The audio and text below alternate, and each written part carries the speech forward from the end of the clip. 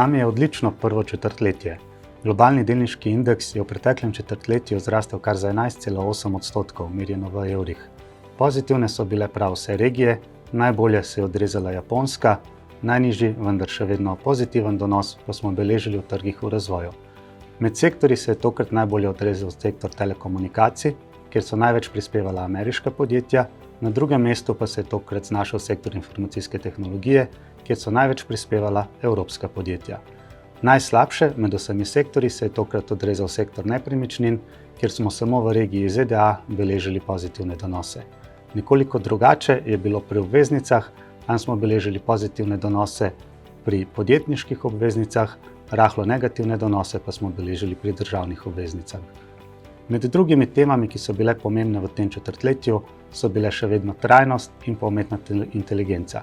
V trajnosti je bilo največ poudarka pri zelenem prehodu in zmanjševanju toplogrednih plinov, pri umetni inteligenci pa smo se tokrat pomaknili od zgolj govorjenja o ChatGPT-ju k bolj splošni uporabi in aplikativnosti generativne umetne inteligence.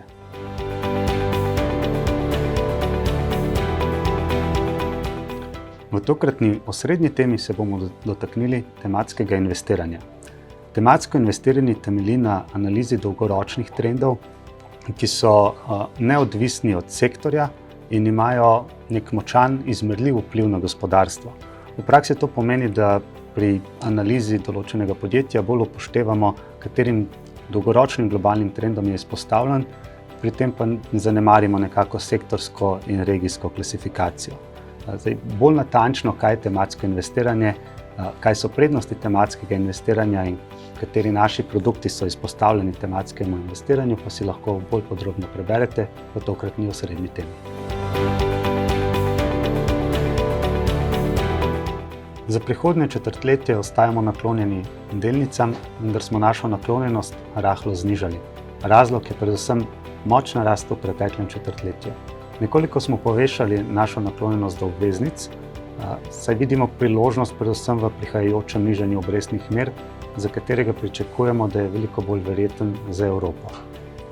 Na splošno regijsko gledano ostajamo najbolj naklonjeni regiji ZDA, najmanj pa smo naklonjeni regiji trgov v razvoju.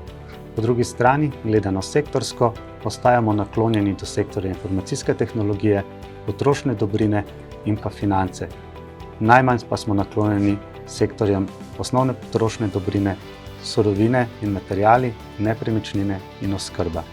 Glede obveznic ostajamo bolj naklonjeni tistim izven držav jedrne Evrope in pa seveda ostajamo naklonjeni daljšemu trajanju.